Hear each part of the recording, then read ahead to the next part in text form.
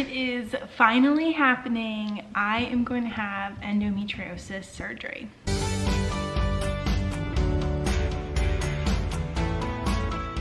So I have mask frame lines on because I just came back from PT for my shoulder. So just the whole video, I'm just gonna have lines on my face and we're all gonna ignore that. So I had, you know, that whole endo pain flare that I talked about on my vlog, and I ended up having an appointment that was moved up because of that endo pain. We met with my doctor, went over a lot of stuff, made a lot of changes to my care, but the biggest thing is that we finally have a date for my endometriosis surgery, and it is in 1 month, basically, give or take a couple of days. That is incredibly exciting. And let me tell you why it's exciting. I have kind of been waiting for this because it feels like something concrete. I've been diagnosed with endometriosis, Aurora. There's like another hour until it's dinner time. I've been diagnosed with endometriosis because all of the signs point to it, but the only way that they can know 100% for sure, they're like 99% sure, but 100% for sure, is to do laparoscopy surgery. So what this surgery entails, it's called a keyhole surgery, and basically they do, 1 second, I feel like Aurora is just gonna keep making noise. So it's a keyhole surgery, so they basically cut 3 to 4, I believe, small incisions on your stomach. The different, you know, incisions have different purposes. I'm kind of learning about all of this as I'm going through this process, so I might not say stuff correctly yet because I haven't had my pre-surgery appointment. That's next week. So I've only done minimal kind of research so far, but I have to do a lot more before I prep for that appointment to ask questions at. But basically, like, one of the holes has like a scope in it, and then they are going to potentially do either excision, which is like cutting, or like laser burning of endometrial tissue, depending on what they find in there. So if they open me up and they find that I either have lesions or adhesions, Aurora, from the endometrial tissue, and again, lesions look like gunshot wounds that the endometrial tissue is growing where it shouldn't be, and the adhesions are when your internal organs actually are fused together. They assume that I have adhesions because when they do an ultrasound, my right ovary is too close to my uterus. It's unusually close. So the assumption is that they are fused together. I mean, I have back pain. I have a lot of the symptoms that would, I believe, point to me having endometrial tissue kind of all over inside, possibly around my intestines, around my bowels. You know, a lot of issues, Aurora, kind of just a lot of symptoms pointing to it being all over in there and everything kind of fused together.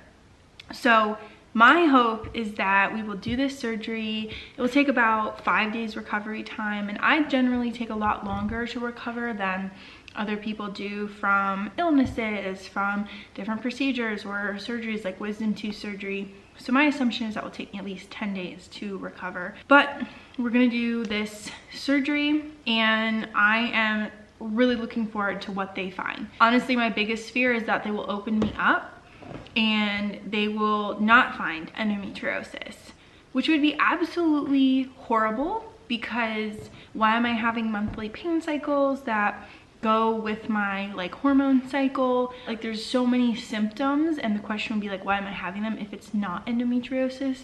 Because all signs are pointing to endometriosis. So that is for sure my biggest fear. But I've been waiting, I mean, since I was diagnosed with endometriosis last fall and have been going through all of this hormone therapy, getting these injections for endometriosis suppression.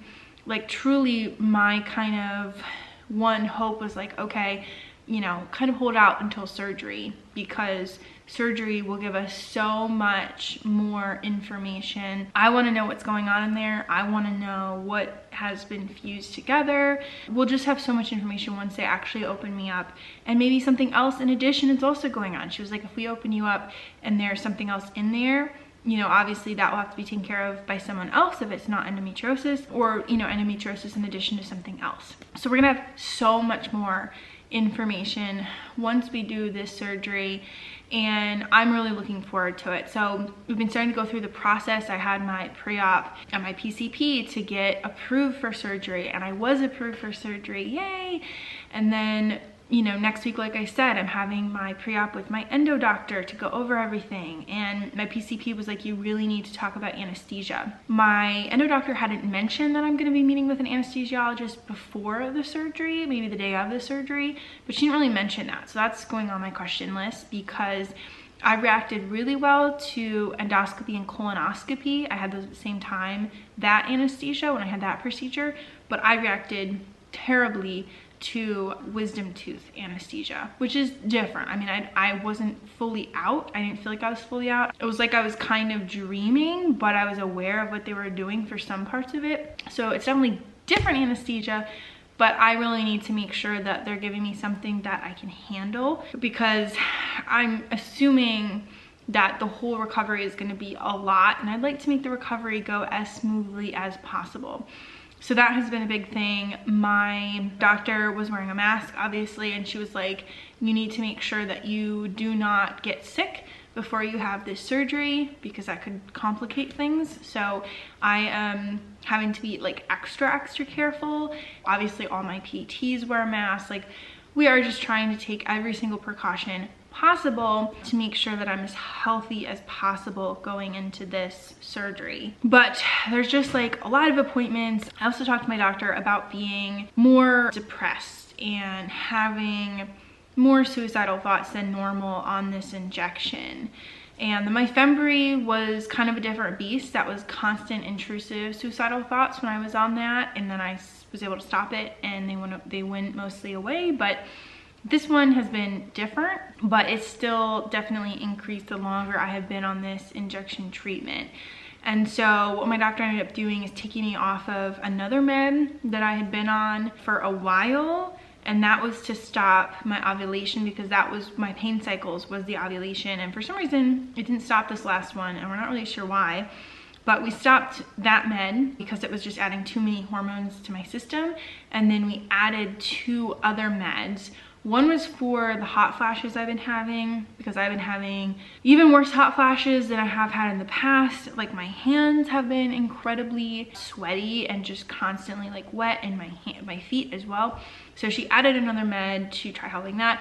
And then she also added another med that was another hormone to, again, try balancing out my depression and stuff. And I have actually noticed a difference, which was incredibly exciting, because it's just been a pretty dark couple of weeks and I've just been really struggling. So that's really exciting. Another thing she did is that I was on ibuprofen pretty much straight through for a couple of weeks now. I was just able to go off it, but I've been on it for about 3 weeks, I'm gonna say, because of this endo pain cycle, because I have nothing else. I've tried Aleve, I've tried Tylenol, I don't know, whatever those other over-the-counter ones, I've tried those and they were not touching my endo pain flare. And so I ended up having to go back on ibuprofen and take a ton of ibuprofen again. And what that ends up doing, as I've talked about before, is really messing up my whole digestive tract, making my stomach hurt. I'm not passing